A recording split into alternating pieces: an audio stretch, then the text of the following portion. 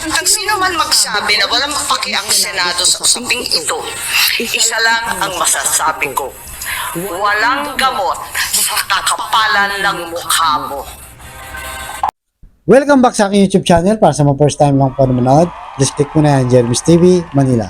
Anyway guys, wala nang bayad o libre lang, tulong mo na lang din sa kapwa mo. Alright, thank you very much po. So topic natin po today's video, bakbakang Amy Marcos versus sa kanyang pinsan na Romualdez, si Martin, na speaker ng ating bansa. I mean guys, di ba? Matindi, di ba? Marcos Duterte, ngayon naman Marcos Romualdez, tas Lisa versus BP. Grabe na guys. Grabe na yung sitwasyon natin ngayon dahil lang sa kanilang away, sa kanilang personal na interest. So dahil yan sa People's Initiative. So alam naman natin na matagal nang controversial to dahil kumakalat na nagkakabigayan.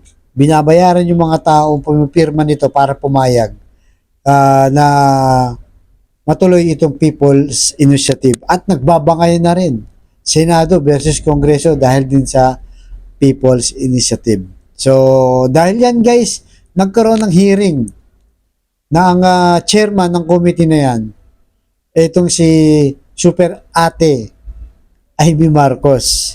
So dahil dyan, nagka-hearing sa Senado, at ang sabi niya, dito guys, maaaring masaya na tayo ngayon dahil akala natin nakapagpahinga na natin ang usapin ng People's Initiative nila.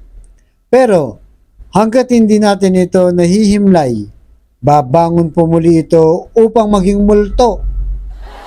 Sabi niya, ang sino man magsabi na walang pake ang Senado sa usaping ito, isa lang ang masasabi ko. Sabi niya, walang gamot sa kakapalan ng muka. So pinapatungkulan dito guys, itong si Martin Romualdez.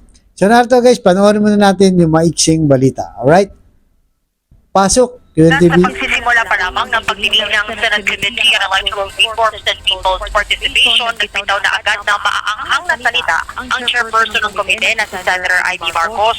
Dito pinatamaan ng presidential sister ang anyay nagsabing walang pake ang Senado sa usapin ng People's Initiative. Matatandaan agad na binatikos kamakailan ni House Speaker Martin Romualdez ang Senado at sinabing walang pakialam ang Senado sa People's Initiative. Ang sino man magsabi na walang paki ang Senado sa usaping ito, isa lang ang masasabi ko. Walang gamot sa kakapalan ng mukha mo. Dito nagpalabas din ng senadora ng mga video mula sa mga ulat ng iba't ibang news outlets kaugnay ng mga residente na pumirma sa signature forms kapalit ng ayuda. Ganoon din ang ilang panayam kay House Speaker Martin Romualdez kaugnay ng People's Initiative. Ilang testigo rin ang iprenesenta sa komite mula sa iba't ibang lokalidad. So yun guys, napanood nyo, di ba? Mukhang galit na galit talaga ito si Amy Marcos, di ba? Dahil sa kanyang pinsan. Talagang wala na guys, hindi na yun nila maitago ang pag-away-away nilang magpapamilya at sa larangan ng politika. Pero narito ang sinabi ni Robes back naman. Siyempre hindi pa nagsipinsan, di ba? Si Martin Romualdez. So ang sabi niya, I choose to interpret her words as a call to engage more deeply in our shared commitment to serve the Filipino people. Ang pakiusap ko lang kay Senator Amy, hindi po kailangan ng bastusan. In the spirit of the unity and the cooperation, I am open to engaging in a meaningful discussion with Senator Marcos to address any concern and work together for the betterment of our country. Tapusin na po natin ang bangayan. Magtrabaho na lamang po tayo. And guys, di ba?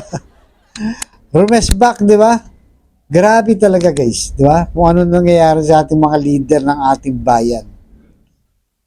Di ba? Nakita natin kung paano sila mag-away. In public pa guys.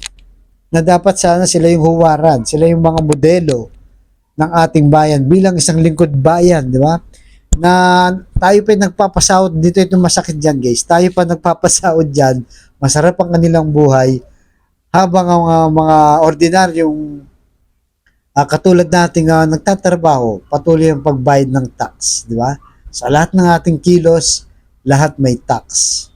Tapos dito natin makikita yung pinagbabayaran ng ating mga tax. Isa sila sa mga pinupuntahan ng ating mga tax, di ba? Diyan sila sumasahod, guys. Yung mga privilege nila, yung kung ano-ano pa mga gastusin na binabayaran natin. Pero eto sila ngayon. Magkamag-anak to pinsang buo to guys, Romualdez kay Imelda Marcos. Di ba? Auntie niya itong si Martin Romualdez. Magpinsang buo sila. At yun pa guys, tayo mga pamilyang Pilipino, di ba? Maganda ang turo sa ating magkakapamilya na dapat walang awayan, nag-aayos. Although hindi naman maiwasan. Pero kung private ka, okay lang, wala nakakaalam dyan, di ba? Pero ang masama nito guys, public, public official sila. 'Di ba? Public official 'to. Pero nakakalungkot, marami pa rin bumoboto sa kanila pagdating ng election. Kaya lagi natin sinasabi dito, habang maaga pa sa 2025, matutunan po tayo sa mga pamilyang nag-aaway, sa mga pamilyang dynasty, sa mga pamilyang ayaw bitawan yung kapangyarihan. Bigyan nyo naman ng pagkakataon yung iba. 115 million tayong Pilipino. Wala na bang iba? Wala ba yung talagang modelo na gagayahin ng mga kabataan na tayong lahat na pinagmamalaki o proud tayo, ito yung mga leader namin, mga opisyal ng gobyerno namin. May malasakit sa bayan. Di ba? Nagtatrabaho lang. Walang halong politika, walang halong bangayan. Pero baliktad ang lahat guys. Puro politika, puro bangayan na pag-iiwanan ang trabaho. Kaya ang apektado, tayo pong lahat ng mga Pilipino. Diba? So kayo guys, anong comment nyo dito? Maganda ba tong awayan ng Romualdez Marcos? Sama na natin Duterte, Lisa, diba? BBM versus Digong, diba? Fentanyl versus cocaine, diba?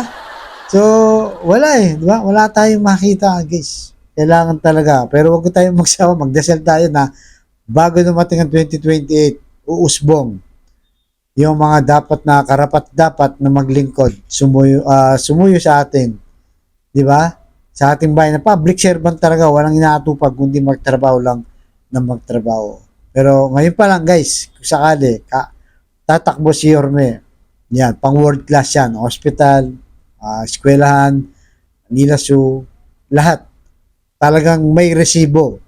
Hindi walang halong politika. O meron siguro konti pero mas maraming serbisyo para sa bayan. Na ngayon, pinakinabangan na lahat ng ginawa niya guys, na turnover niya, siguro nakita niyo na rin yan sa social media. Alright? So hanggang dito lamang po, abangan niyo sa susunod kong vlog.